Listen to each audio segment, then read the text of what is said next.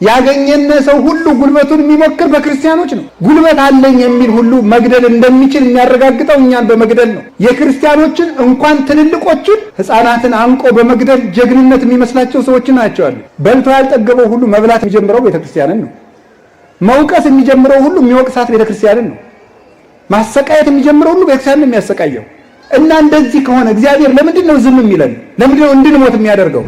እግዚአብሔር ሁሉም ሲችል ኃይል የሱ ገናንነት የሱ ጉልበት የሱ ነው። ታዲያ እንደዚህ ያለ አምላክ ለምንድን ነው ክርስቲያኖች እንዲሰቃዩ የሚያደርግ? ክርስቲያን የተባለ ሁሉ ከመስሪያ ቤት እንዳይቀጠር፣ ክርስቲያን የተባለ ሁሉ ሀብት እንዳይኖረው፣ ክርስቲያን የተባለ ሁሉ ማምለኪያ አጸድ እንዳይኖረው ያ ሁሉ ተደረገ። እንደ ክርስትና የተሰቃየ እምነት አለ እንዴ በምድር ላይ? በጦር ብትወጉኝ፣ በሰይፍ ብትቆራርጡኝ፣ ለአንበሳ ብትጥሉኝ፣ ገደል ብትወረውሩኝ፣ ባህር ውስጥ ብታሰጥሙኝ ከእግዚአብሔር በቀር አምላክ የለም። ወዳጄ ሆይ ከሰው ጋር ብትታገል ወይ ትጥለዋለህ ወይ ይጥልሃል። ከቤተ ክርስቲያን ጋር ብትታገል ግን ትጥልሃለች እንጂ አትጥላትም። የመጨረሻው ኃያል የነበረውን ፈርዖንን እግዚአብሔር በቅማል እንደተዋጋው አታውቁም? እግዚአብሔር ጉልበት አይቸግረውም። የኃያላንን ክንድ የሚሰባበር ኃያል የሚመክሩ ሰዎችን ምክር የሚሽር እሱ እግዚአብሔር ነው። የትም መቼም ከእውነት ጋር ቁሙ።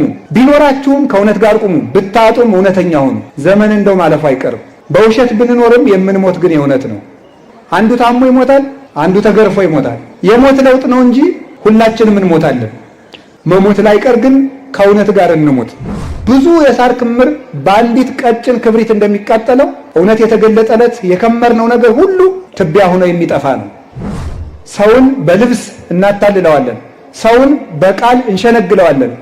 እግዚአብሔር ግን እስከ ልብ ድረስ መርምሮ ይፈርዳል። እናቴ አንቺን ግብፅ ስትሄጂ ዓለም እንደጠበበሽ ሁሉ የኔ እናት እኔን ይጥበበኝ አላት ሊቁ። እኔን ዓለም ይጥበበኝ አንቺን እንደጠበበሽ።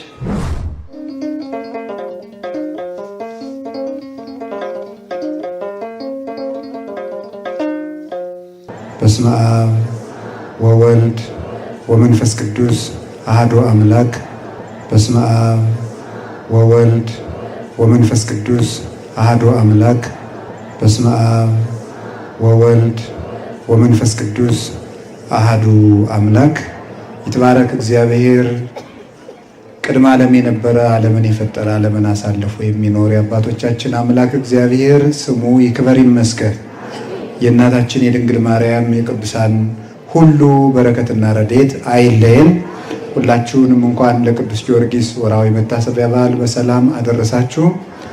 ክቡር መላከ ሰላም ኤፍሬም ሙሉ ዓለም የባህር ዳር ሀገረ ስብከት ስራ አስኪያጅ፣ የተከበሩ መላከ ገነት አባ ወልደ ትንሣኤ የካቴድራሉ አስተዳዳሪ፣ የተከበሩ መምህር ማይበል ፈጠነ የዚሁ ገዳም የአራቱ ጉባኤያተ መጻሕፍት ምስክር መምህር፣ መምህር ቃለ ጽድቅ አየነው፣ መምህር ዮሴፍ፣ የደብሩ የገዳሙ መምህራን፣ የተከበራችሁ አባቶቻችን፣ ካህናት፣ ወንድሞቻችን፣ ዲያቆናት፣ የእግዚአብሔር ቤተሰቦች አንድ አምላክ በሚሆን በአብ በወልድ በመንፈስ ቅዱስ ስም እንዴት አደራችሁ? እንዴት ሰነበታችሁ? እንዴት አረፈዳችሁ? ቸርነት ገንዘቡ የሆነ ፈጣሪያችን ስሙ የተመሰገነ ይሁን። በመካከላችን ተገኝቶ እንዲያስተምረን ቅዱስ ፈቃዱ ይሆንልን። ባለን አጭር ጊዜ የምንማማርበት የትምህርታችን ርዕስ እሞሙ ለሰማዕት በሚል ርዕስ ይሆናል። እስኪ የሰማዕታት እናት በሉ። ድገሙ ሁላችሁ። ሶስተኛ በሉ። በዚህ ርዕስ እንማማራለን። የሰማዕታት እናት በሚል ርዕስ ቃሉን የምናገኘው ቅዳሴ ማርያም ላይ ነው። አባ ሕርያቆስ የተናገረው ነው። ከቤተ ክርስቲያን ሊቃውንት አንዱ ነው። በእርግጥም ሊቅ ነው።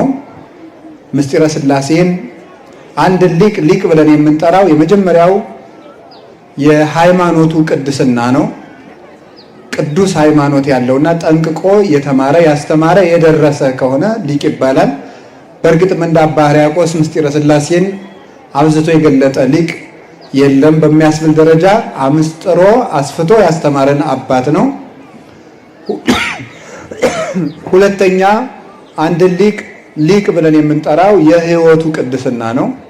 ሕይወቱ የተመሰከረለት እመቤታችን በተአምር ተገልጻ ሕይወቱን በተግባር የገለጸችለት ወይም ተግባራዊ ክርስትና ከሃይማኖት ጋር የተሰናሰነለት ቅዱስ አባት መሆኑን ቅዳሴ በሚቀድስበት መሃል እመቤታችን አዲስ ምስጢርን በመግለጽ ያረጋገጠችለት እግዚአብሔር በጌትነቱ ብርሃን አይምሮውን አስፍቶ ሕይወቱን የመሰከረለት አባት ነው።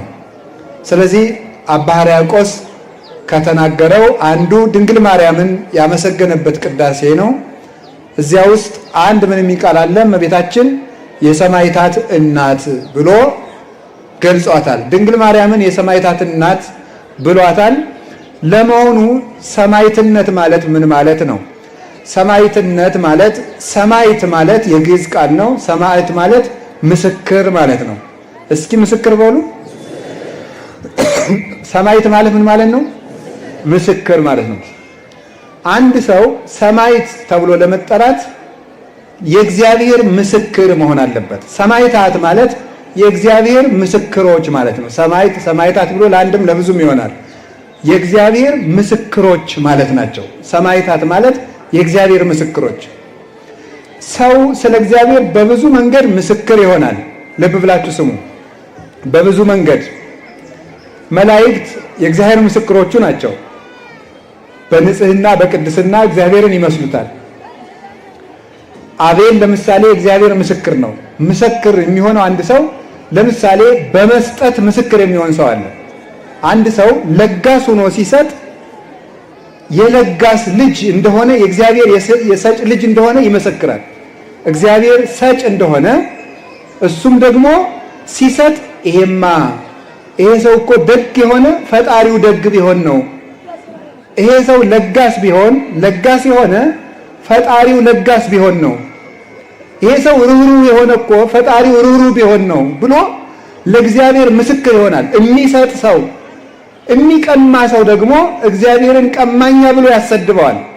ይሄ ሰው ቀማኛ የሆነ እኮ አምላኩ ቀማኛነትን ቢወድ ነው ብሎ ያሰድበዋል።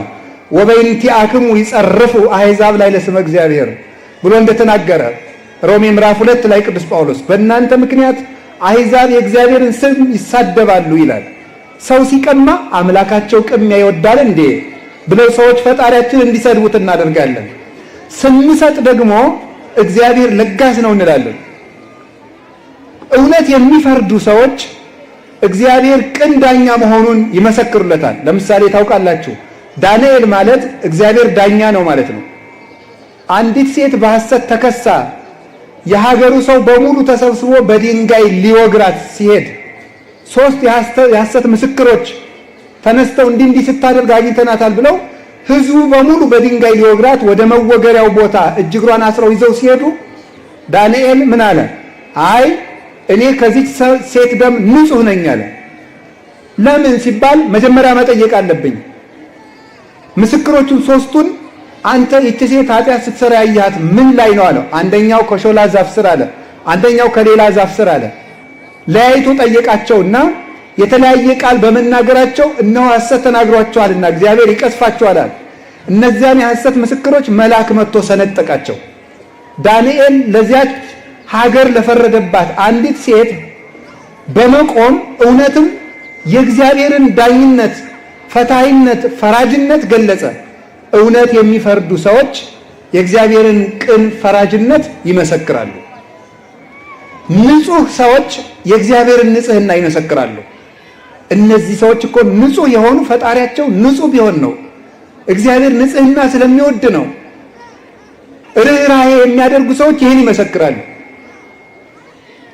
ቅን ሰዎች እግዚአብሔር ቅን እንደሆነ ይመሰክራሉ። ሰውን ወጥተው ወርደው ደክመው አቀበት ወጥተው ቁልቁለት ወርደው ተሰድበው ተነቅፈው የተጣሉ ሰዎችን የሚያስታርቁ ሰዎች እውነተኛውን ሊቀ ካህናት ኢየሱስ ክርስቶስን ይመስሉታል። ሩይ ማእከለ እግዚአብሔር ወሰብ ሆኖ መለኮት ዘአብሁ ወተስብእት ዘዚአነ ይላል ቅዱስ ዮሐንስ አፈወርቅ።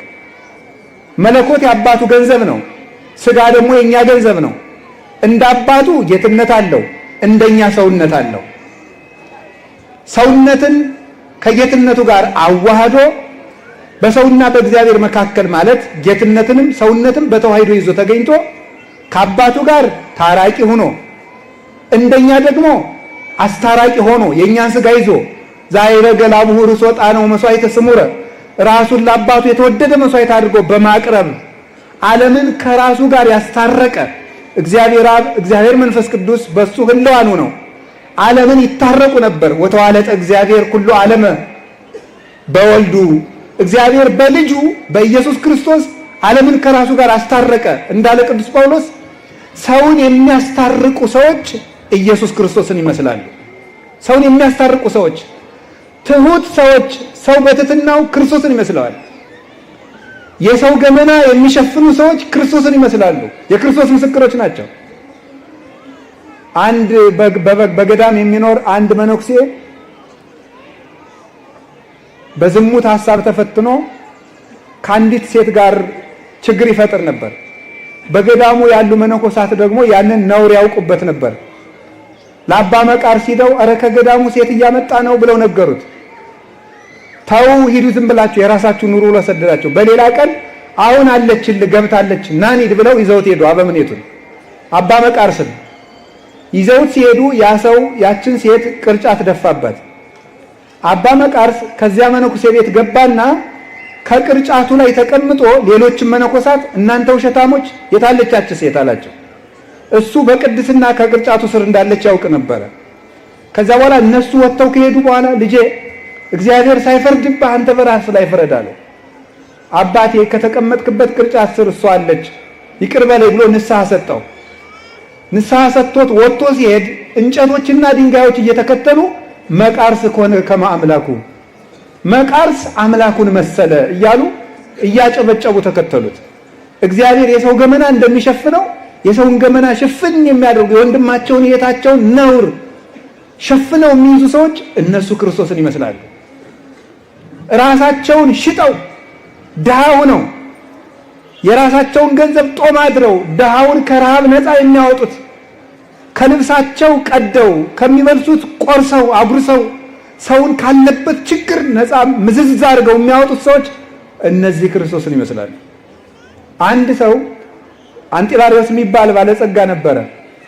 ንፉግ ነው በጣም እና አንድ ድሆች ተሰብስበው ሲያወሩ እኔ ከአንጢላሪዎስ ቤት እጄ ምሳ በልቼ ብመጣ ምን ትከፍሉኛላችሁ? አይሰጥህም። ይሰጠኛል። እንወራረድ ተወራረዱ። ቢሄዱ ሲበላ ደረሰበት። አሁን ዳቦ እየበላ ነበር። እንዳይሰጠው ነደደው፣ እርቦታል። ዝም እንዳይለው ጨነቀውና ወርሮ ግንባሩን አለው። በዳቦው ደረቅ ኖሯል። ዳቦው ግንባሩን ገመሰውና ደማ። ደሙን አብሶ በላ ያድሃል። ሌሊት በህልሙ ሙቶ አጋንንት ነፍሱን ወደ ሲኦል ይዘው ሲሄዱ መላእክት ደግሞ እየተከተሉ አረ ይሄ ነፍስ ይቺ ነፍሴኛ ናት እያሉ ይከተላሉ። እንዴ እንደው ከዚህ ሰው ደግሞ ምን አላችሁ? ምን ጽድቅ አለው ይሄ ሰው? ትናንት ድሃ አጥግቧል፣ ደብድቧል እንጂ አጥግቦበታል አሉ። ይጠየቅ ድሃው ተባለ። ድሃው መጥቶ ሲጠይቅ ትማልም ዘአጽገብከኒ አምጽኡ ከኑዜ ትናንት ያበላኸኝን ጌታ እዚህ አመጡ እንዲያ ነው። ትናንትና ደበደበህ እንጂ አበላህ አሉት። ኢታውቀኒ ደም እምጽና ረሃቤ ከረሃቡ የተነሳ ምን ዱላ አልታወቀኝም አለ። በሉ የዚህ ሰው ነፍስ ገነት ትግባ ተብሎ ሲፈረድ በራእይ ያያል። ሰው ለመደብደብ ብዬ የወረወርኩት ዳቦ ሰው አጥግቦ ካጸደቀማ ወድጄ ብሰጥ እንዴት ያለ ምሕረት ላገኝ ነው ብሎ ሙሉ ገንዘቡን ለድሃ ሰጥቶ ጨርሶ አካፍሎ ባዶውን ሲቀር ሌሎች ነዳያን ያልደረሳቸው ተሰብስበው መጡ። ወዴት ትሄዳላችሁ አላቸው። ከደጉ ከአንጢላሪዎስ ቤት ልንመጸወት፣ አሁንማ ጨረስኩ፣ ቀደም ብላችሁ በመጣችሁ አላቸው። ምን እናድርግ አለ። ሽጣችሁ ተካፈሉኝ አላቸው። ሽጣችሁ ተካፈሉኝ አላቸው። ለድሃ ምሕረት የለውም ይላሉ ሊቃውንት። 30 ብር ሸጡትና ተካፈሉት። እንደዚህ አድርጎ በማጥገቡ ይሄ ሰው ማንን መሰለ? ክርስቶስን መሰለ። ጌታ 30 ብር ተሽጦ እኛን የእኛን ረሃብ ስጋውን ቆርሶ ደሙን አፍሶ በመጥገብ እንደዋጀን በማጥገብ ይሄ ሰው ራሱን ሽጦ በማብላት ጌታውን መሰለ። ሰው ክርስቶስን የሚመስለው በዚህ ነው ወገኖች። ትሁት የሆነ ሰው ከኔ ይልቅ ባልንጀራ ይገባል የሚል ራሱን ለሰው ለባልንጀራው ቤዛ አድርጎ የሚሰጥ እኔ ነኝ ያጠፋው የሚል ማን ነው እዚህ መካከል ጥፋተኛው ሲባል እኔ ነኝ እገሌ አይደለም የሚል ይሄ ሰው ክርስቶስን ይመስላል። ስለዚህ ሰማዕትነት ማለት በስራ ለክርስቶስ መመስከር ማለት። እስኪ በስራ በሉ። ለማን መመስከር ነው? ለክርስቶስ መመስከር ነው። ይሄ አንድ ነው። በስራችን ሰው ይታዘባቸዋል። እዚህ እናንተ በአጠቃላይ አሁን እዚህ የተሰበሰበው ሰማዕተ ክርስቶስ የክርስቶስ ሰማዕታት ነው። መስሪያ ቤት ሄዳችሁ ወረፋ ስትጠብቁ ሰው ይታዘባቸዋል። የክርስቶስ ምስክር መሆን አለባችሁ። አጭበርብራችሁ የሰው ወረፋ ስትወስዱ እናንተ የክርስቶስ ምስክሮች ናችሁ። የሰይጣን የማን ነው የምትሆኑት? የሰይጣን ነው። ሰው ትራንስፖርት በተጣበበበት መቀመጫ ተነስታችሁ ስታስቀምጡ የማን ምስክር ነው የምትሆኑት? የክርስቶስ ምስክር ነው። የትም ቦታ የክርስቶስ ምስክር ሰው መሆን ይችላል፣ ንጹህ በመሆን አንዱ እሱ ነው። ሁለተኛው የክርስቶስ ምስክር መሆን ወይም ሰማዕትነት የሚባለው እውነት በጠፋበት ዓለም ብቻን ከእውነት ጋር መቆም ማለት ነው። እስቲ ብቻን መቆም በሉ። እውነት በጠፋበት ዓለም በሙሉ ተጨልጦ ውሸታም ሲሆን ከእውነት ጋር መቆም ብቻን ማለት ነው። ልክ እንደ ዮሐንስ ወንጌላዊ ማለት ነው። ልክ እንደ ዮሐንስ ወንጌላዊ ብቻን መቆም። 11 ደቀ መዛሙርት ሲበተኑ እሱ ብቻውን ከመስቀሉ ስር ነበረ። ብቻውን ክርስቶስን ጥለው ሲበተኑ። ይሄ ነው ምስክር ማለት፣ ይሄ ነው ሰማዕትነት ማለት። አረ እኔ ምን ላድርግ ሰው የሚያደርገውና ያደረግኩ ማለት አይቻልም። ምን ላድርግ ቄሱ ሁሉ እየሰረቀ አይደል እንዴ ልትል አትችልም። ብቻህን ቁም ነው። ኖህ ብቻውን ነው የቆመ። ልቡ ለጻድቅ ወኩል ከማንበሳ፣ የጻድቀው ሰው ልቡ እንዳንበሳ የተማመነ ነው። ብቻውን ይቆማል። ንስር ብቻውን በአውሎ ንፋስ መካከል ሰንጥቆ እንደሚበራው ብቻውን በመከራ ሞገድ መሃል የክርስቶስ አምድ ሆኖ የሚቆም ሰው እሱ ምስክር ይባላል፣ ሰማዕት ይባላል። እንደዚህ ያሉት ደግሞ ሲገረፉ፣ ሲሰቃዩ፣ ሲቸገሩ ካሉበት አቋም የማይለወጡ ሞት ሳይሰለቻቸው ሞት እነሱን የሚሰለቻቸው፣ ግርፋት ሳይሰለቻቸው ገራፊዎች መግረፍ እስኪሰለቻቸው ድረስ የሚሰቃዩ ግን እውነትን በሙሉ ልባቸው የሚከተሉ ሰማዕታት ይባላሉ። የእግዚአብሔር ሰዎች ከነዚህ አንዱ ቅዱስ ጊዮርጊስ ነው። አንዱ እንግዲህ የእውነት ምስክር ይገርማቸው ብቻውን እኮ ነው። ሰው ከአንድ ሰው ጋር ይታገላል። ሰው ከሰባ ንጉሥ ጋር ብቻውን ይታገላል። እስቲ እግዚአብሔር ያሳያችሁ። 70 ነገሥታትን ብቻውን ነው የታገላቸው። የታገላቸው ደግሞ ሰይፍ ታጥቆ አይደለም፣ ጋሻ ነጥቆ ዘገር ነቅንቆ አይደለም፣ እየሞተ ነው የታገላቸው። እየሞተ ለክርስቶስ ምስክር ነበረ። በርህራሄ ይመሰክር ነበር። ጠንቋይ ፈልገው ምን እናድርግ ይሄን ጊዮርጊስ የሚባል ሰው ጠንቋይ ፈልገው መርዝ በጥብጠው ስራይ ደግሞበት የተለያየ የመርዝ ቅመሞችን በጥብጦ ሊሰጠው ሲል ምን ያለ መሰላችሁ? ቅዱስ ጊዮርጊስ ያንን ጠንቋይ በታምር አሸንፎ ክርስቲያን እንደሚያደርገው ያውቅ ነበር። ልጄ ቶሎ መርዙን አጠጣኝ እባክህ፣ በአንተ ላይ ጸጋ እግዚአብሔርን አያታለሁና አለው። መርዙን አምጥቶ ሰጠው። ሲጠጣው የቅዱስ ጊዮርጊስ ፊት እንደ ፀሐይ አበራ። ያን ጊዜ ያ ጠንቋይ እኔ በጊዮርጊስ አምላክ አምኛለሁ ብሎ ተመለሰ። ይሄ ምንድን ነው? የእውነት ምስክር። አያችሁ፣ ቅዱስ ጊዮርጊስ መርዝ ለሚበጠብጥለት ሰው ይራራለት ነበረ። እኛ ብናውቅ ኖሮ ሰውን እንኳንስ እያወቅን ገምተን ሰውን እንገላለን። መርዝ ለሚበጠብጥ ሰው ምሕረት ያደርግለት ነበረ። ቅዱስ ጊዮርጊስ ጽኑ ምስክር፣ ብቻውን የተጋደለ ግራግሩን ከግራ እጁ ጋር ቀኝ እግሩን ከቀኝ እግሩ ጋር ፈልጠው ለብቻ ያደረጉበት ቀን አለ። በመጥረቢያ እንደ እንጨት ለብቻው የፈለጡበት የከተከቱበት ቀን አለ። በመንኮራኩር የፈጩት ጊዜ አለ። ፈልጠው ስጋውን ከትክተው መሬት ቆፍረው ከመሬቱ ስር አድርገው ደልድለው ቤት እስከ መስራት ደርሰው ነበረ። የእውነት ምስክር ነው። ግን በእሳት አቃጥለው አመዱ እንኳን ተሰብስቦ ሰው የመሆን እድል ቢኖረው ብለው ሰግተው አመዱን በትነውት ነበረ። ከወታደሮቹ አልጋ በኋላ ግን በክርስቶስ ኃይል ተሰብስቦ ተነስቶ እየተከተለ ይመጣ ነበረ። ቅዱስ ጊዮርጊስ የእውነት ምስክር። ዘማዊት ሴት እንድታታልለው ከታሰረበት ቤት ተወስዶ ተሰጣ ነበረ። እሷንም መለሳት። ከንግስቲቱ ጋር በአንድ ቤት ዘግተውት ነበር። ንግስቲቱንም መለሳት። ከድሃ ቤት ዘግተውት ነበረ፣ ምንም ከሌለበት በረሃብ እንዲሞት ከስቃይ ጋር ምሰሶውን በማለምለም የክርስቶስን ጸጋ መሰከረ። የድሃይቱን መሶብ በእንጀራ ሞላው። እውሩን ልጇን ዓይኗን አበራለት። ዲዳውን አናገረላት። ሽባውን ደግሞ ለሌላ ቀን ቀጠረው። በሌላ ቀን እኔ በአጵሎን በጣዖቱ ላምን ነው ብሎ ሰው ሁሉ ተሰብስቦ በሄደበት ሰዎቹ ደስታ ሲሞቱ የገሊላው ጊዮርጊስ ሃይማኖቱን ሊክድ ነው፣ ሃይማኖቱን ሊክድ ነው፣ ሃይማኖቱን ሊክድ ነው እየተባለ ሰው ሁሉ ተሰብስቦ በቆመበት ያች ድሃም የሃይማኖት የመሪ ልትክድ ነው እያለች እያለቀሰች ሽባውን ልጇን አዝላ ስትመጣ ያንን ልጇን አንተ ልጅ እልሃለሁ በጌታዬ በኢየሱስ ክርስቶስ ስም በእግርህ ና አለው። ያ ሽባ ልጅ በእግሩ መጣ ተተርትሮ ድኖ። ሂድና እኔ እንኳን ለጣዖቱ ልሰግድ ጣዖቱን ጊዮርጊስ ይጠራሃል በለው አለው። ሄደና ጣዖቱን ጊዮርጊስ ይጠራሃል አለው። አንድ ሕፃን ልጅ እያስከተለ ይዞት መጣ እንደ በግ ግልገል፣ እንኳን ሊሰገድለት ያ ጣዖት ማለት ነው።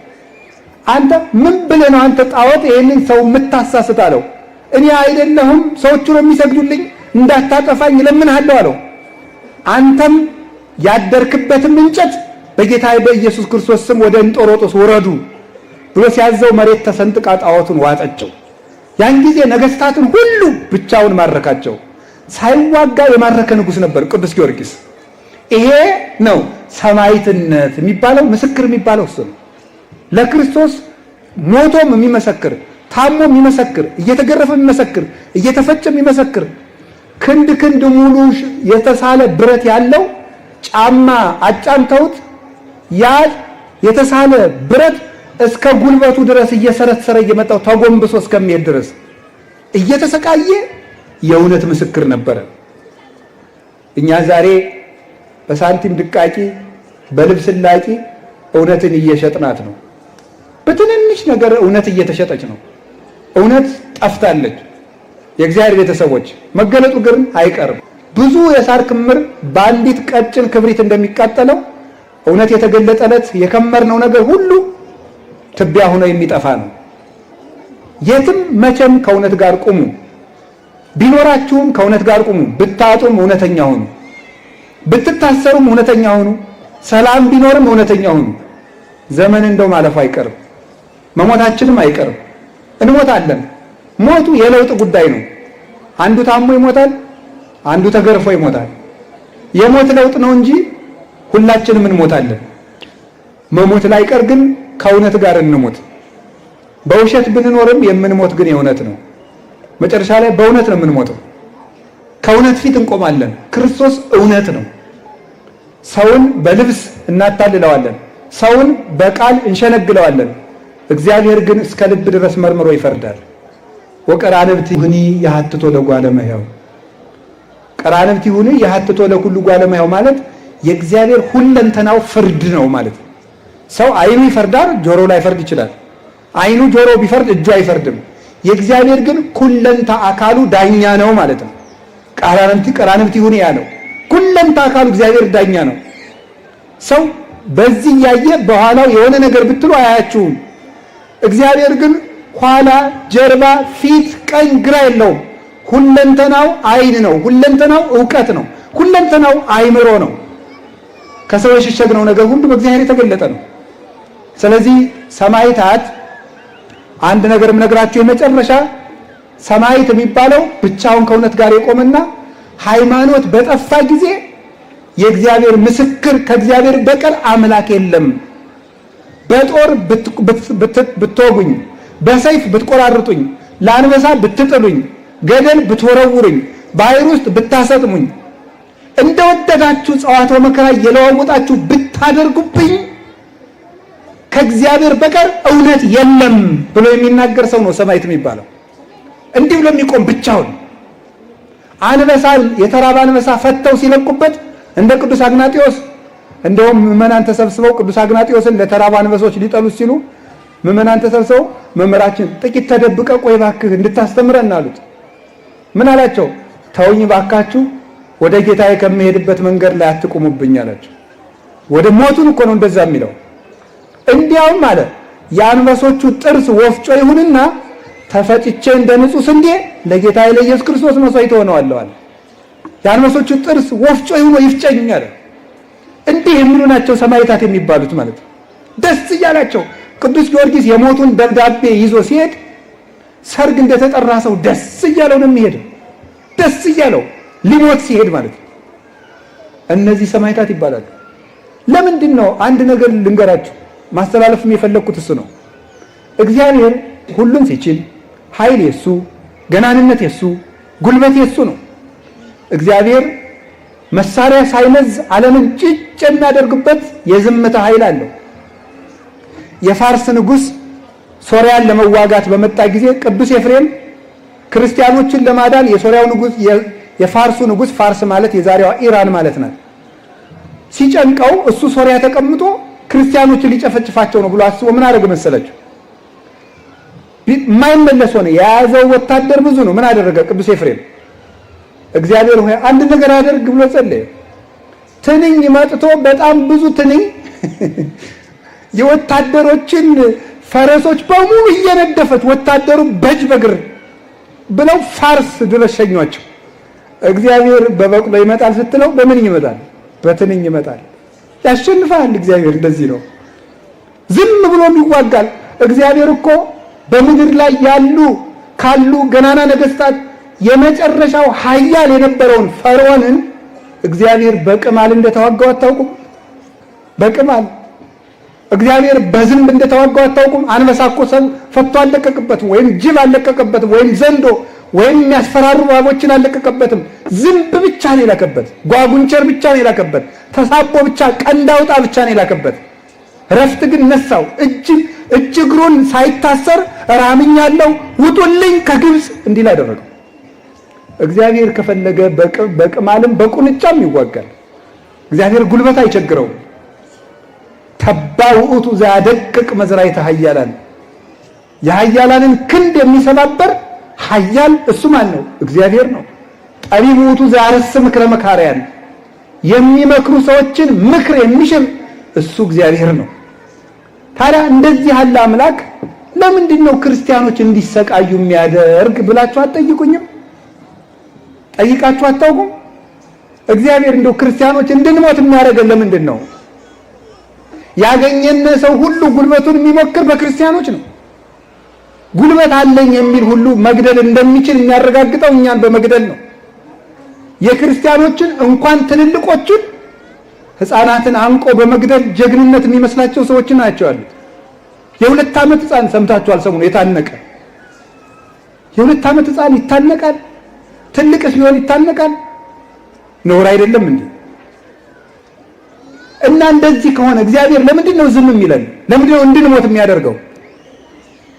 ልንገራችሁ፣ የእግዚአብሔር ቤተሰቦች አልሆንለት ብሎ ነው?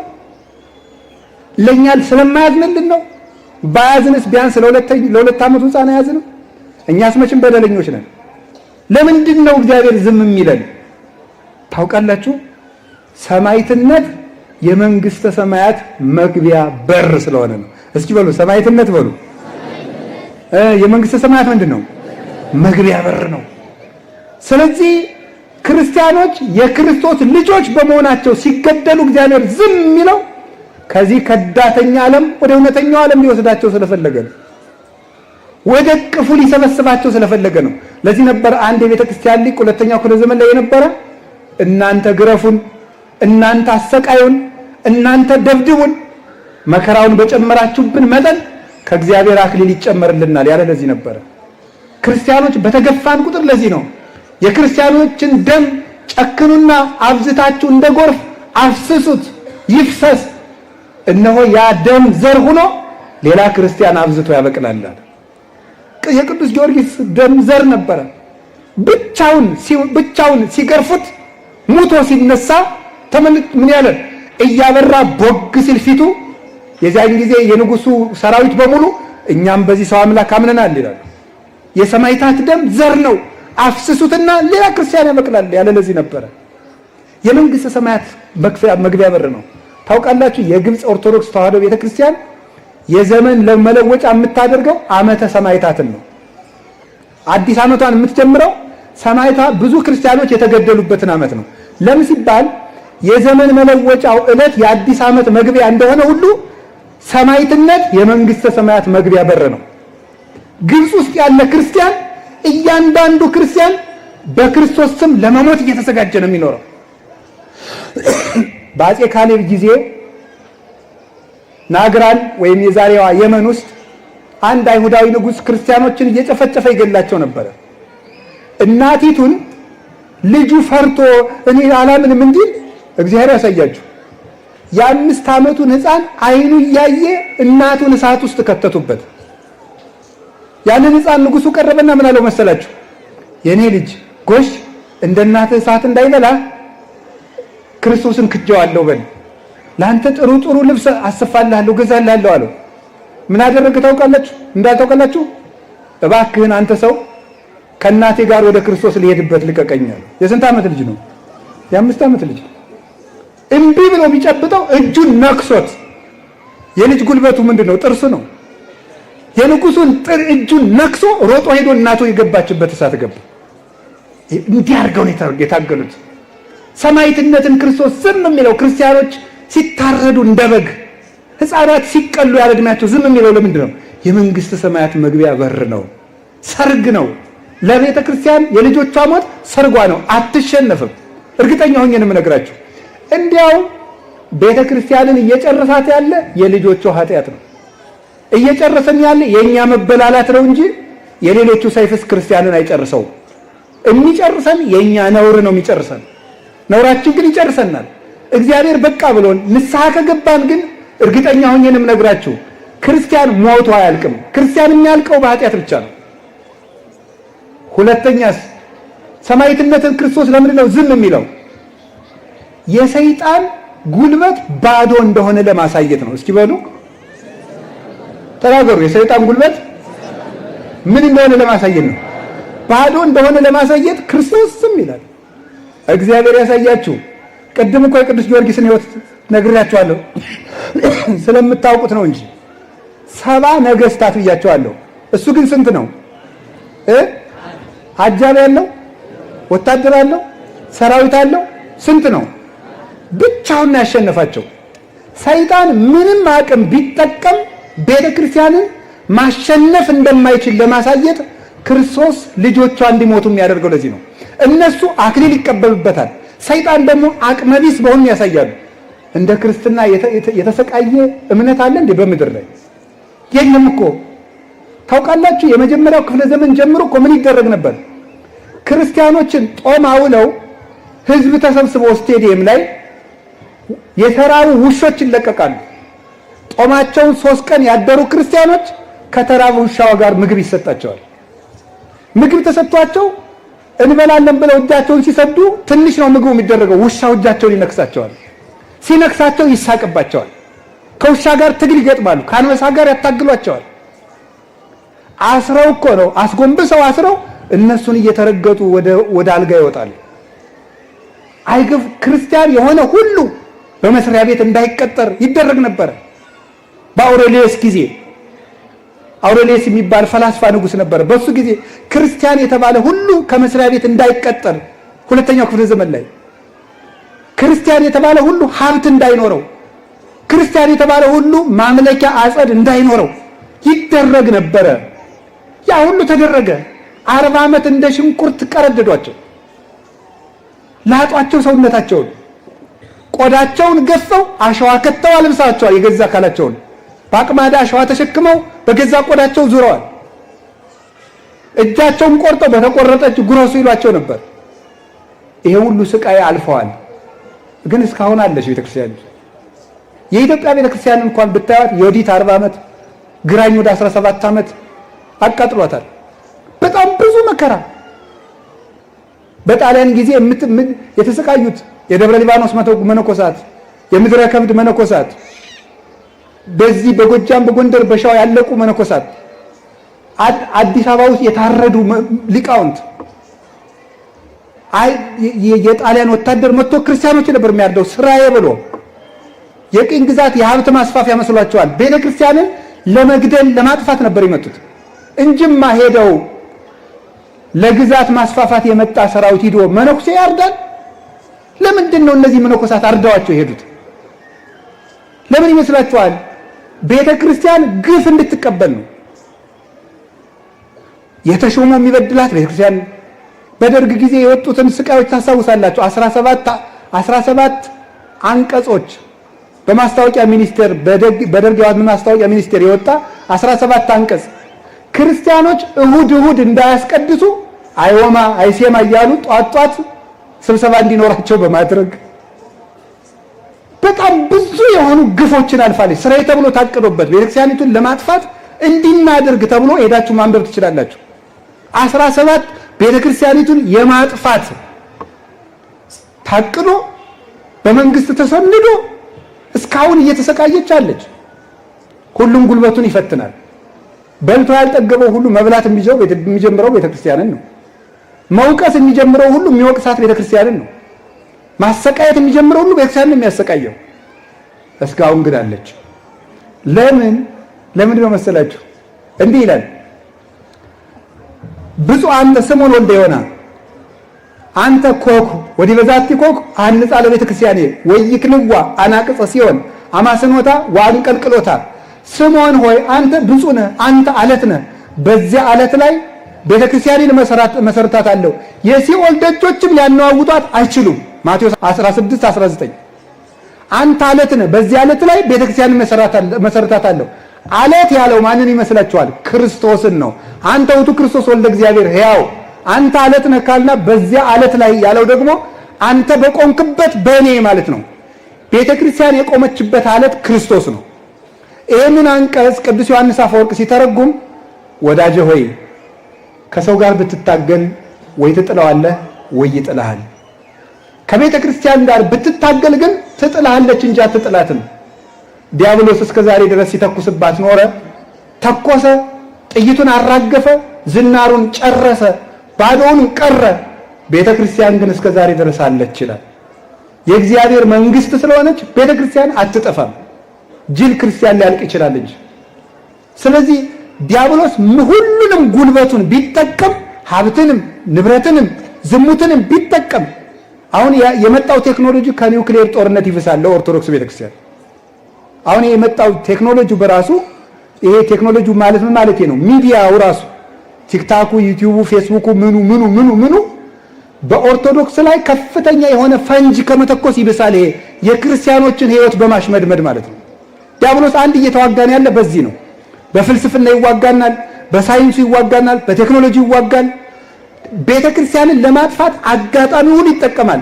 ዞሮ ግን ሁሉንም ነገር ቢጠቀም ከቤተ ክርስቲያን በታች ነው ሁሉም ነገር ለማለት ሰማዕታት መከራ የሚቀበሉ ስለዚህ ነበር። ቅዱስ ጊዮርጊስን አሰቃይቶ ሲያላግጥ የነበረው ንጉሥ መጨረሻ ላይ ምን ሆኖ እንደሞተ አይታችኋል አይደለም? ቅዱስ ጊዮርጊስ ካረፈ በኋላ ምንድን ያደረገ? ክርስቲያኖችን በሙሉ ገሎ የቅዱስ ጊዮርጊስን ቤተክርስቲያን አቃጥላለሁ ብሎ ሲሄድ ምንድን ነው የሆነው? ደወሉ መሐላናቱን አለው አይደለም? መሐላናቱን አለው። ቅዱስ ሚካኤልና ቅዱስ ገብርኤል ከቅዱስ ጊዮርጊስ ቤተክርስቲያን የሚበራውን ቀንዲል አምጥተው አይኑን ደፉበት። እውሩ ሲደናበስ ደወሉ መሐላናቱን አለው። መጨረሻ ላይ ሞተ። ቤተክርስቲያንን ታግለህ አትጥላትም ያለው ለዚህ ነበር። ጻድቅ ሞይቶ ይኮንን ረሲአነ፣ ጻድቅ ሰው ሙቶ እንኳን ይገዛል። በዚህ ነበረ። ስለዚህ ሰማዕትነት ለዚህ ነው የተፈቀደው። የመጨረሻ ሰማዕትነትን ለምንድን ነው ክርስቶስ የሚፈቅደው?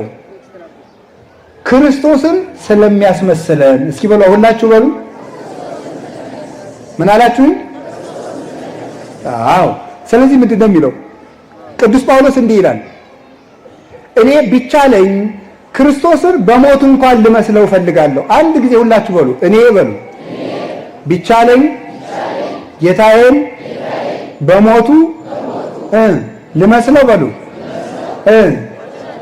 እስኪ በሉ አንዴ ድገሙት። እኔ በሉ ቢቻለኝ በሉ ጌታዬን በሞቱ ልመስለው ምን እላለሁ እፈልጋለሁ ነው። እሱን መስለን ከሞትን እሱን መስለን ምን እንላለን? እንነሳለን። እምከመ አረይነ ሕማመ ምስሌሁ ከማሁ ንኤሪ ክብረ ምስሌሁ። እሱን በመከራ ከመሰልነው በክብር እንመስለዋለን አለ። ወረሰይክዎ ለኩሉ ከመ እዳው ቅዱስ ጳውሎስ ምንም ነገር ብታቀርብልኝ ለእኔ እንደ ምናምንቴ እቆጥረዋለሁ አለ። ምን ታተርፋለህ ትሉኝ እንደሆነ አለ ሹመትም አምጣልኝ፣ ሀብትም አምጣልኝ፣ ንብረትም አምጣልኝ፣ እውቀትም ዝናም አምጣልኝ፣ ለእኔ ሁሉ ነገር ምናምንቴ ነው አለ። ለምን ምን ታተርፋለህ? ከመ እርብሖ ለክርስቶስ እኔ ክርስቶስን ትርፍ አደርጋለሁ አለ። እስኪ በሉ ክርስቶስን በሉ። ስለዚህ ሀብታችን እናጣለን፣ ቤት እናጣለን፣ ቦታችን እነጠቃለን። ቀጥለንስ እጃችንን እንቆርጣለን፣ አይናችን ይወጣል፣ እግራችን ይቆረጣል፣ ሰውነታችን ይሰነጠቃል። መጨረሻ ላይ ማንን እናተርፋለን? ክርስቶስን። እዩትማ ቅድም እንደነገርኳችሁ እኮ ነው። ቅዱስ ጊዮርጊስን በመንኮራኩር ፈጭተው አቃጠሉና አመዱን ዘሩት። ጊዮርጊስ የሚባል አተረፍ። እስቲ አቃጠሉ፣ ተፈጨ፣ ተዘራ። አሁን እጁ ቀርቷል፣ አይኑ ቀርቷል፣ ጆሮ ቀርቷል፣ ልቡ ቀርቷል። ምን አካል ቀርቶታል? ምንም።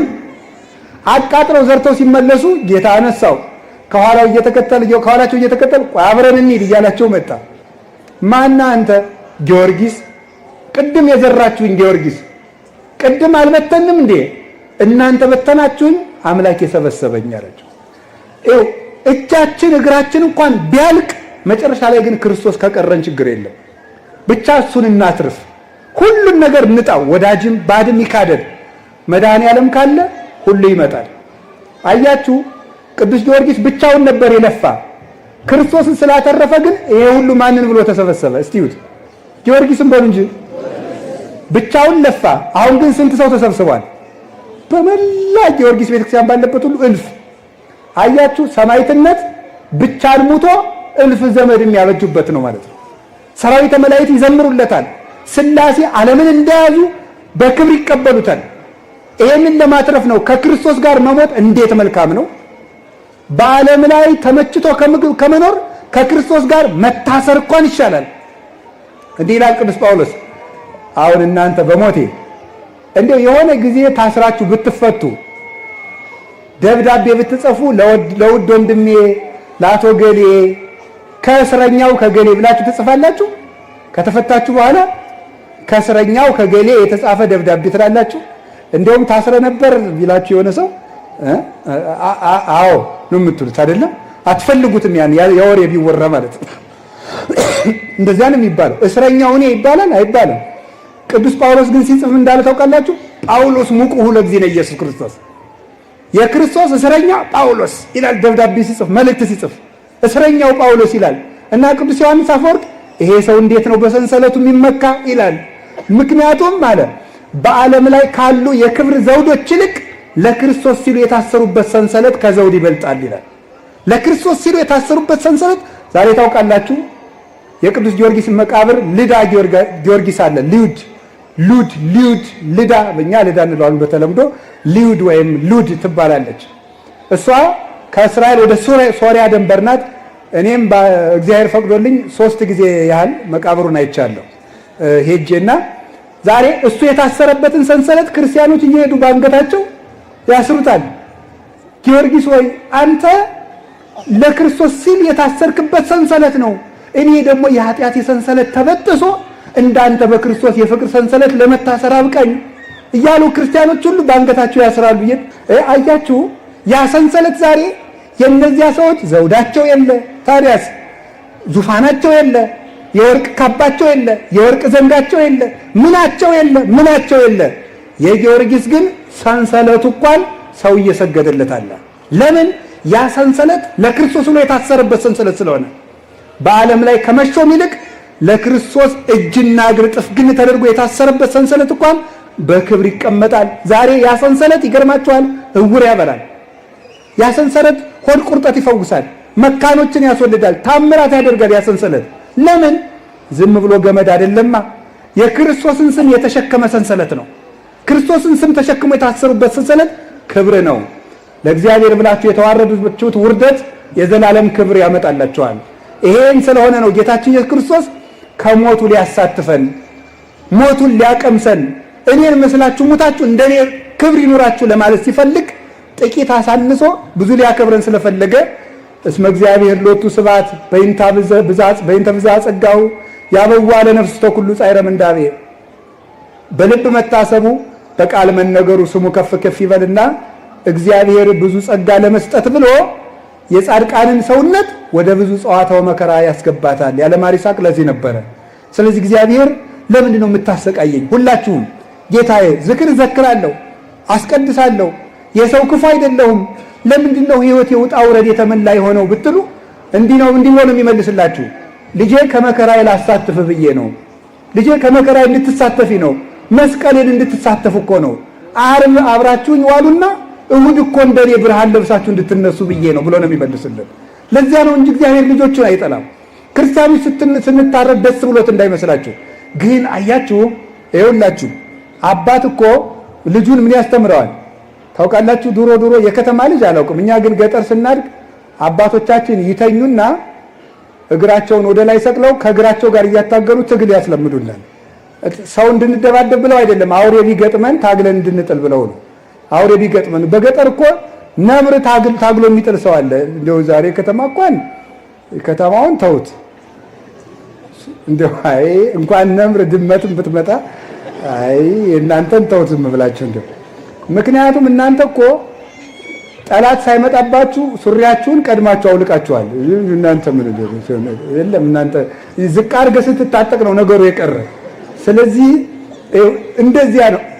ልንገራችሁ ሊቃውንት ያሉትን ነው። ለምንድን ነው ክርስቶስ ክርስቲያኖችን እንዳቅማቸው ጥቂት መከራ እንዲገጥማቸው የሚያደርግ ሲባል ዲያብሎስን የማሸነፍ ተጋድሎ እያለማመዳቸው ነው። ትግል ሰይጣንን ሲንቀው እኮ ነው። ሰይጣን ሆይ ልብ በል እንኳን እኔ የኔ ልጆች እንኳን ያስጨንቀዋል ለማለት እኮ ነው። ጊዮርጊስ ሲጠራበት ይጨነቃል ሰይጣን። የኔን ልጆች እንኳን አንዱን አትችለውም። እንኳን መላእክትን ጨምሬበት እንኳን ሌሎችን ጨምሬ አንዱን ሰው ብቻውን ሰይጣን አትችለውም። ሰይጣን እንደሆነ አንድ ሰው ጊዮርጊስን እንኳን አልቻለም ብቻውን፣ ስንት ሰው ሰብስቦ። ይሄንን ለማስለመድ ነው ጌታ ብዙ መከራ እንዲደርስብን ያደረገን። በዚህ ሁሉ መከራ የረዳቻቸው ማናት? እመቤታችን። ስለዚህ እናት አለን። እስኪ የሰማዕታት እናት በሉ። እዚህ ላይ 2 ነጥብ ብቻ ልጨምርና ትምህርቴን ልጨርስ። እስኪ ድገሙ፣ የሰማዕታት እናት በሉ። ድገሙ፣ የሰማዕታት እናት። የመጀመሪያው ለምንድን ነው እመቤታችን የሰማዕታት እናት የምንላት? ድንግል ማርያም መጀመሪያ የሰማዕታት ክብራቸው ማን ነው? ኢየሱስ አክሊሎሙ ለሰማዕት የሚባል ጌታ የሰማዕታት ክብራቸው ማን ነው? ክርስቶስ ነው። ስለዚህ የሰማዕታት እናት የምትባለው ለምንድን ነው? የሰማዕታት ክብር የሆነ ጌታን የወለደችላቸው ማን ስለሆነች ነው? እመቤታችን ናት። እሷ ባትወልደው ኑሮ በማን ስም ያሸንፋሉ? ክርስቶስ እኮ ያለ ቃል አይደለም። እይደለወኒ ስምዮ ለቃለ እግዚአብሔር ክርስቶስ ዘእንበለ ትስብእት ወኢለ ትስብእት ዘእንበለ ቃል። ቃል ብቻውን ክርስቶስ አይባልም። ስጋ ብቻውን ክርስቶስ አይባልም። ክርስቶስ የሚል ስም የመጣ እኮ ቃል ከድንግል ማርያም ስጋን ስለተዋሃደ ነው። ይሄን ስም ተሸክመው ነበረ ሰይፉን ያሸነፉት። ይሄን ስም ተሸክመው ነው እሳት ገብተው የወጡት፣ አንበሳ ጉሮሮ ገብተው የወጡት። ይሄ ስም ደግሞ የመጣ ከድንግል ማርያም ስጋን ለብሶ ነው። ስለዚህ ድንግል ማርያም ወላዲት ሃይማኖት ናት። እምናምነውን አምላክ ነው የወለደችልን። ከዚህ የተነሳ ሰማዕታት ተጋድለው የሚያሸንፉበት ኃይል ተስፋ ትንሣኤያቸውን የወለደችላቸው እመቤታችን ነው። ሰያሚዎሙ ለካህናት ተስፋ መነኮሳት አክሊሎሙ ለሰማዕት። የሰማዕታት አክሊል የመነኮሳት ተስፋ፣ የካህናት ሰያሚያቸው፣ አክባሪያቸው፣ ሿሚያቸው ክርስቶስ ከሷ ስለተወለደ ነው። ሰያሚዎሙ ለካህናት ቄሱ ቢቀድስ ሊቃነ ጳጳሳት ደራርበው ቢባርኩ ክርስቶስ ከድንግል ማርያም ስለተወለደ ነው። ካህናት ካባ ላንቃ ለብሰው የሚባርኩት የሚያምርባቸው፣ ዲያቆናቱ እንደ ሱራፊ መልአክ ለብሰው የሚፋጠኑት ክርስቶስ ስለተወለደላቸው ነው። መነኮሳት በገዳም ለክብር የሚበቁት ክርስቶስ ስለተወለደላቸው ነው። እነ ጊዮርጊስ፣ እነ መርቆሪዎስ፣ እነ ቅዱስ ጊዮርጊስ፣ እነ ቅዱስ መርቆሪዎስ፣ እነ ቅዱስ መርምናም፣ እነ ቅዱስ ፊቅጦር፣ እነ ቅዱስ ፋሲለደስ ከዲያብሎስ ጋር ግብ ገጥመው በሚያልፍ ስጋ በሚፈርስ ስጋ የማይጠፋውን ሰይጣን ያሸነፉት ክርስቶስ ከድንግል ማርያም ስለተወለደ ነው። ከዚህ የተነሳ እሞሙ ለሰማዕት። ሁለተኛስ ሰማዕትነትን ጀምራ የሰጠችን ናት። የሰማዕትነት ጀማሪ የሐዲስ ኪዳን የመጀመሪያይቱ ሰማዕት ማን ናት? ድንግል ማርያም። በንጽህናዋ የእግዚአብሔር ምስክር የሆነች ድንግልም እናትም ሁና የተዋህዶ ምስክር የሆነች ያለ አባት ወልዳ ለአብ ምስክር የሆነችው ረቂቅ በሆነ አኗኗሯ ለመንፈስ ቅዱስ ምስክር የሆነች መጨረሻስ ምን ያደረገች ናት? እመቤታችን በስደት ሰማዕትነትን የጀመረችው እሷ ናት። ይሄው አሁን የተሰደደችበትን ወቅት ነው አሁን ጽጌ ብለን የምናከብረው። እግዚአብሔር ያሳያችሁ፣ ክርስቶስ ያመልክታችሁ። እኔ እንደ ድንግል ማርያም ያለ ሃይማኖተኛ ሰው በምድር ላይ ሰምቼ አላውቅም። እናንተም አልሰማችሁም እርግጠኛ ነኝ። ነው ሰምታችኋል። የመጀመሪያይቱ ክርስቲያን የመጀመሪያይቱ ደቀ መዝሙርት እኮ ናት። የመጀመሪያይቱ ምዕመን የመጀመሪያይቱ ሐዋርያዊት እመቤታችን ናት። የመጀመሪያይቱ ሰው ሊውጣው የማይችለውን ከባድ ነገር ከሰው አስቀድማ መጀመሪያ ያመነችው እመቤታችን አምላክን ትወልጃለሽ። ኧረ በፍጹም ምንድነው የምታወጉት ነው የሚባለው እኮ። ይሄም አይደረግ ነገር ነው። አምላክን ሰው አይወልደውም ሳትል ኧረ እኔ ወንድ ሳላውቅ እንዴት ይሆናል ይሄ ነገር? ለእግዚአብሔር የሚሳነው ነገር የለም ብሏታል። አዎ ለእግዚአብሔርስ የሚሳነው ነገር የለም። እሺ አለች። እንዴ እዚያ በፊት እኮ አምላክን ሰው ወልዶት አያውቅም፣ አይታ አታውቅም፣ ሰምታ አታውቅም። ዘካርያስ እኮ አብርሃም ካረጀ በኋላ ወልዷል የሚለውን ስብከት እያወቀ አንተ ተወልዳለህ ሲለው ማመን አቅቶታል። ድንግል ማርያም ግን ተደርጎ የማያውቅን ነገር ለመጀመሪያ ጊዜ ያመነች የእምነት መሰረት ናት እመቤታችን። እንኳን ሃይማኖት ልትጋርድ ሃይማኖትን የተገለጠባት ናት። ልብ በሉ። ከዚያስ በኋላ ደግሞ የምትወልጂው ልጅ ለዘላለም መንግስቱ የማያልፍ ነው ተባለች። እሺ ስሙ ኢየሱስ ነው፣ ዓለምን ያድናል ተባለች። እሺ ወልዳ ስጨርስ ደግሞ ሕፃኑ ይሞታል፣ ይዘሽው ሽሽ። የማይሆን ነገር ነው። ምንድነው የምትሉት? የምትወልጂው ልጅ ምንድነው ተብላለች? መንግስቱ ለዘላለም ነው። የምወልደው ልጅ ለመንግስቱ ለዘላለም ከሆነ እንዴት ሊፈራ ይችላል ብላ እምነቷ እንዴት አልተነካባትም? አይገርማችሁም? የኔ ልጅ ኢየሱስ ነው። ኢየሱስ ማለት መድኃኒት ነው። ዓለምን የሚያድን ከሆነ የአንድ ሰፈር ንጉሥ ፈርቶ እንዴት ይሰደዳል? ይሄ ነገር ፈርቶ የሚሰደድ ከሆነ እንዴት አምላክ ብዬ ልቀበለው እችላለሁ አላለችም። ለሰው ቤዛነት እንደሚሰደድ ስለምታውቀው እሺ። የ15 ዓመት ልጅ ናት። መንገድ ሄዳ አታውቅም፣ ሀገር አታውቅም። ሴት ናት፣ ልጅ ናት። በ15 ዓመቷ ልጅ አዝለሽ ግብፅ ሂጂ። እንዴት ያለ መከራ ነው እናንተ!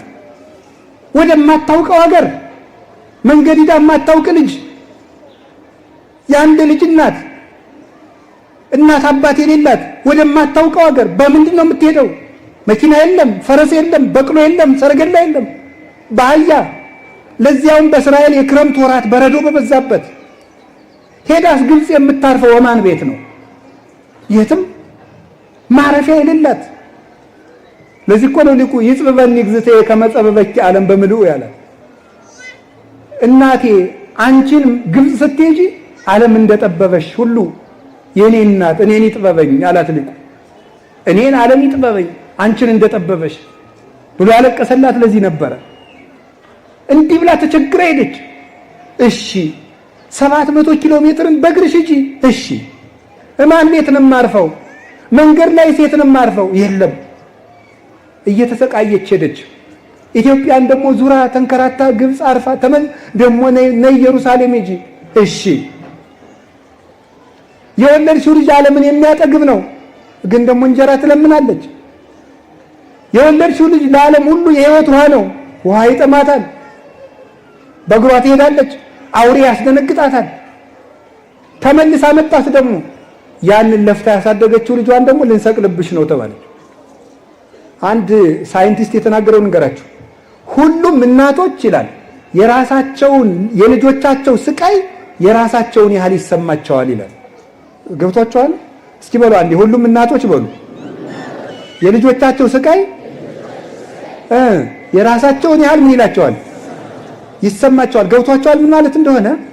ምን ማለት በትክክል አሁን አንድ ሕፃን ልጅ ከእናቱ ፊት መርፌ ብትወጉት መርፌው ወደ ራሷ ሰውነት የገባውን ያህል ያማታል እናቲቱ። ልጅ ድንግል ማርያም እንግዲህ ይሄን መርፌ ብላችሁ አስቡት።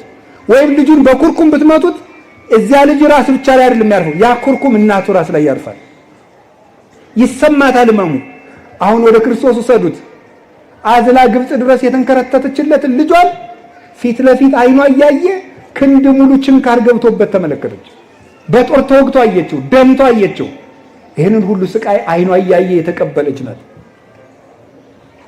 ግን ደግሞ በዚያው አይኗ ደግሞ ተነስቶ አየችው፣ አርጎ አየችው። ታዲያ የሰማዕታት እናት የተባለች ለዚህ እኮ ነው። በዕለተ ዓርብ ከመስቀሉ ስር ቆማ እነሱም ከመስቀሉ ስር በእውነት አደባባይ እንዲቆሙ ምስክር የሆነቻቸው እመቤታችን ቅድስት ድንግል ማርያም ስለሆነች የሰማዕታት እናት በሉ እንጂ መከራውን ጀምራ ሰጥታቸው በመከራው ፍጻሜ ደግሞ ደስታ አይታ እነሱም ከክርስቶስ ጋር ቢሰቃዩ መልሰው ደግሞ በተሰቃዩበት ስቃይ ተስፋ እንደሚያገኙ ምስክር ሆና የቆመችላቸው ድንግል ማርያም ስለሆነች የሰማዕታት እናት ትባላለች። የመጨረሻቸው ግን ሲሰቃዩ፣ ሲራቡ፣ ሲቸገሩ፣ ሲገረፉ፣ ሲደበደቡ በጸሎቷ ታስታግስላቸዋለች።